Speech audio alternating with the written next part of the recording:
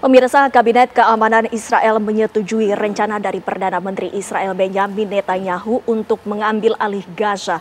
Ini menjadi pertanyaan, Mas Agung. Kita ketahui bersama bahwa sebelumnya terjadi pergolakan di internal Israel. Betul. Kini menjadi satu suara, Mas Agung. Betul. Nah, kecenderungan satu suara itu kan sebenarnya lebih dilandasi oleh keinginan dari sejumlah Netanyahu khususnya ya.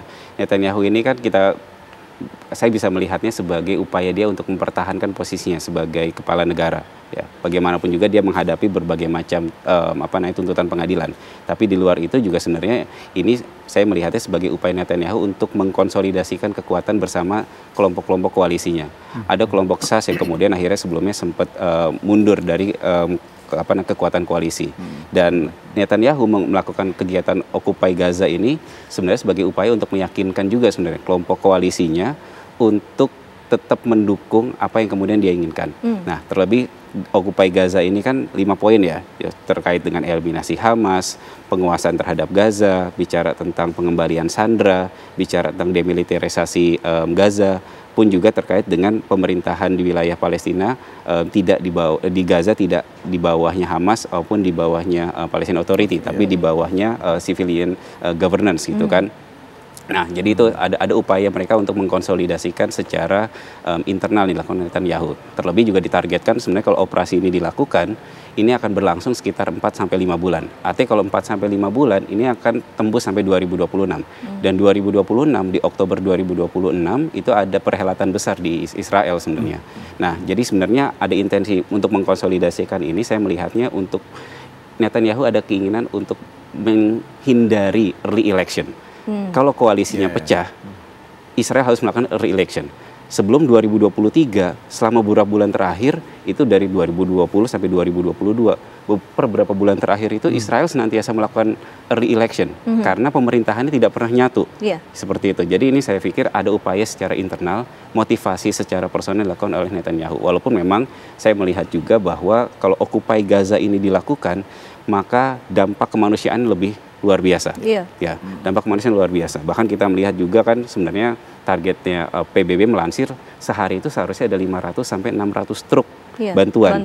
Sedangkan dalam realitasnya Israel hanya mengizinkan 60 sampai 70. Data terakhir bahkan kalau dihitung rata-rata ada di angka 84. Ya, lebihnya cuma sekitar 14 truk ya. Bahkan kalau dibuat kita matematis, coba saya hitung itu cuma sekitar 12% dari kebutuhan. Tadi dari teman-teman Mercy juga sudah cerita bagaimana kemudian begitu krusialnya, begitu kritisnya kondisi di Gaza. Bahkan airdrop itu kan juga tidak menjadi jaminan sebenarnya kan. Dan krisis kelaparan dan kemanusiaan yang saat ini tengah dialami oleh Gaza Palestina juga merupakan perhatian dari dunia.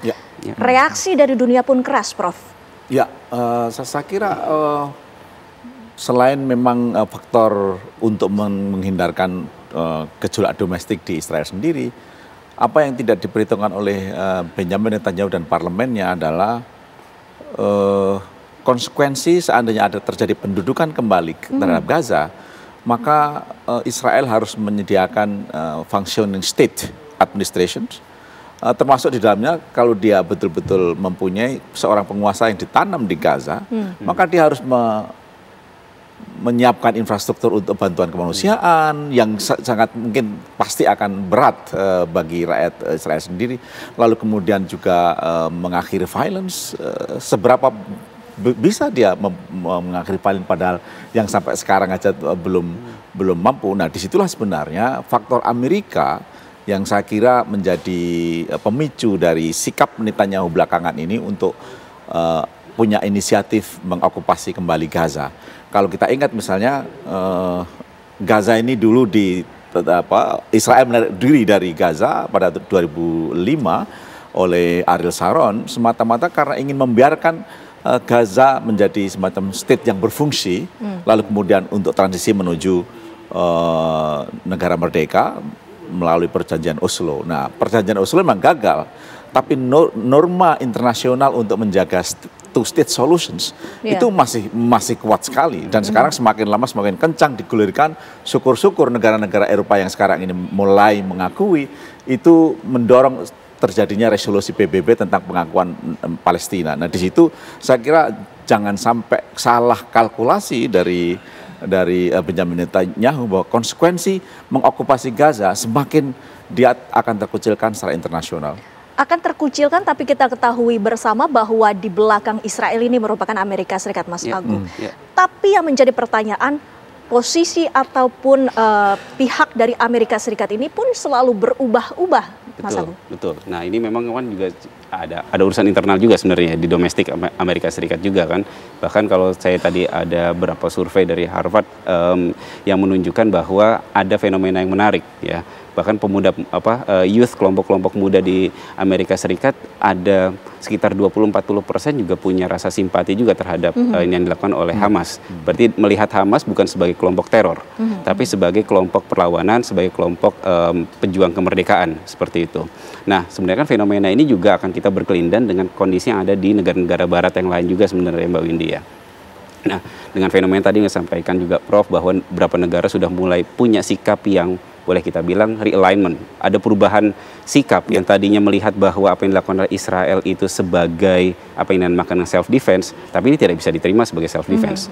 Bahkan sikapnya jauh lebih keras. Misalkan contoh sebagai kita lihat ada Jerman misalkan yang akan mensuspend kerjasama pertahanan, karena Jerman ini bagaimanapun juga adalah 30% dari impor senjatanya Israel itu berasal dari Jerman, itu berdasarkan data dari SIPRI.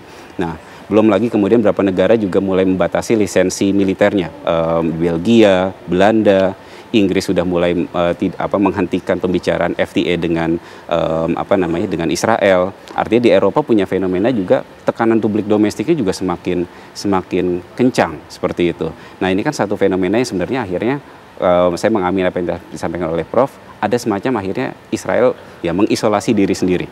Nah, ini akhirnya memang kan akan berkontraproduktif juga terhadap kepemimpinannya Netanyahu seperti itu. Negara-negara barat sudah melihat ternyata kurang lebih ada dampak-dampak juga. Dampak mereka dipandang sebagai normatif power sudah berkurang ya buat Eropa. Yang kedua juga pandangan juga misalkan kondisi-kondisi ekonomi yang mereka sudah mulai sedikit banyak terdampak, sehingga ya perang di satu sisi akan mengakibatkan dampak di berbagai tempat. Bahkan kemudian saya melihat juga perangnya memang hotspot utamanya ada di Gaza. Tapi eventnya itu terjadi di berbagai macam tempat. Kita bicara perang Gaza, tapi dalam rentang 2 tahun ada juga loh konflik kemudian terjadi di wilayah Laut Merah, Houthi. Kemudian isu tentang Iran, itu kan efek-efek semua, spoiler ada effect. Efek domino dari satu perang ini. Tapi Betul. Yang kita ketahui pula, Prof, bahwa kekhawatiran dari dunia ini adalah ada kependudukan dari Israel dan juga pengusiran terhadap warga Palestina di negara Palestina itu sendiri, Prof. Di situ saya kira sikap Trump yang ambigu sekarang ini. Dia mengatakan bahwa untuk proses menduduki kembali Gaza, it's up to Israel. Itu seolah-olah dia menyetujui atau memang sedang menjaga diri untuk tidak mendukung apapun. Tapi bagaimana dengan peranan dari PBB misalnya? Saat ini PBB sampai sidang umum terakhir tidak menemukan satu cara yang memungkinkan untuk bisa diterima Israel maupun Amerika. Beberapa kali resolusi juga diabaikan begitu saja oleh Benjamin Netanyahu. Di situ PBB harus mampu menjalin satu kekuatan baru, khususnya yang saat ini mulai menggelinding di Australia, lalu kemudian di Eropa Barat dan seterusnya, yang terus-menerus menjadikan Israel sebagai bagian penting yang harus diselesaikan. Tinggal Amerika yang saya kira Trump sendiri saat ini didukung oleh kelompok-kelompok garis kanan yang terus-menerus mendorong, memberi lampu hijau pada Netanyahu untuk melakukan operasi-operasi kekerasan di Gaza dan di sejumlah tempat.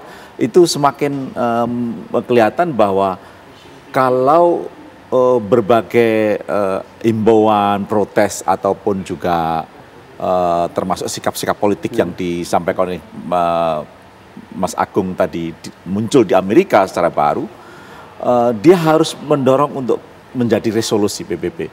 Dan disitulah jika sampai sikap-sikap negara-negara Timur Tengah, misalnya Qatar sudah diberi izin oleh Israel untuk membantu masalah kemanusiaan, tetapi tetap saja disalahkan karena seolah-olah memihak Hamas dan seterusnya.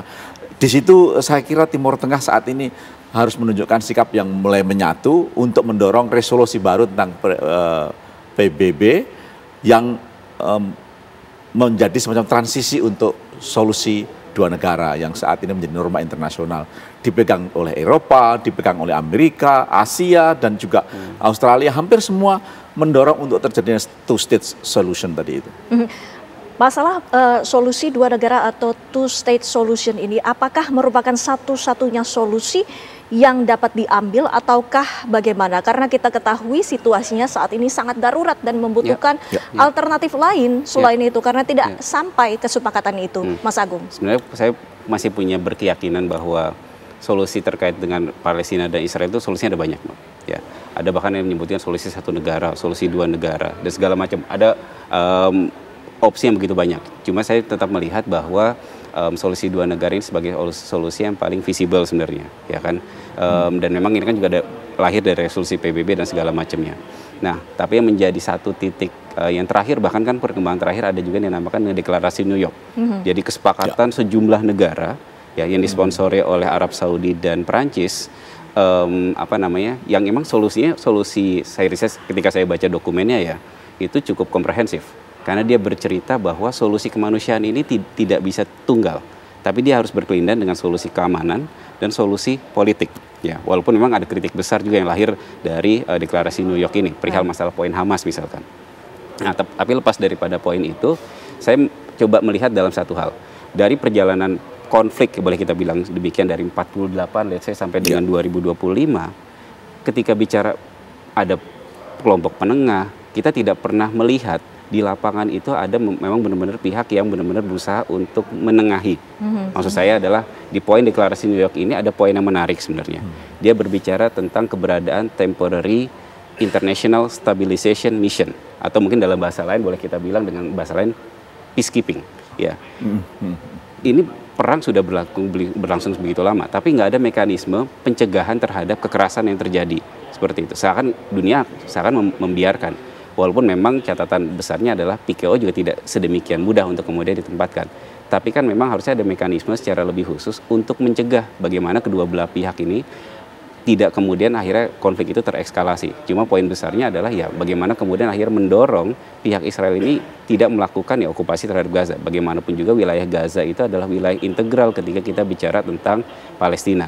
Makanya kemudian tidak sekedar bicara tentang PBB, tapi bagaimana juga sikap negara-negara untuk memberikan tekanan jauh lebih keras untuk membuat Israel ini menghentikan tindakan-tindakannya. Salah satunya adalah mungkin sanksi ekonomi misalkan. Karena bagaimanapun juga dalam perang ini dua tahun terakhir terjadi perlambatan yang begitu luar biasa dalam perekonomiannya Israel. Seperti itu. Dan ini sebenarnya sudah menjadi alarming level sebenarnya buat Israel. Apakah perangnya harus dilanjutkan? Seperti itu. Ya, tapi menjadi sebuah validasi bahwa adanya pembiaran tersebut. Prof, kita ketahui bersama bahwa negara-negara barat secara resmi akan mengakui negara Palestina pada sidang PBB. Tapi ini masih terlalu lama, sementara warga Palestina ini menjadi korban. Bagaimana, Prof? Di situ saya kira penting negara-negara yang tergabung dalam organisasi regional semacam Liga Arab atau mungkin juga OKI ya, untuk bisa memberi pintu masuk bagi bantuan-bantuan kemanusiaan, setidaknya dalam hal kesehatan, lalu kemudian makanan, ya, pangan dan itu prioritas itu. Kita lihat dari laporan-laporan dari teman kita Dokter Eka tadi, kelihatan bahwa betapa tidak ada yang memperhatikan aspek-aspek itu di tengah perdebatan yang menjulang tinggi tentang reoccupation, lalu kemudian apakah menarik diri, apa kejahatan-kejahatan dan seterusnya. Tapi perdebatan mengenai bagaimana mendorong Israel memberi ruang untuk bantuan kemanusiaan, drop makanan, lalu kemudian fasilitas kesehatan yang dibiarkan untuk bisa beroperasi dengan baik.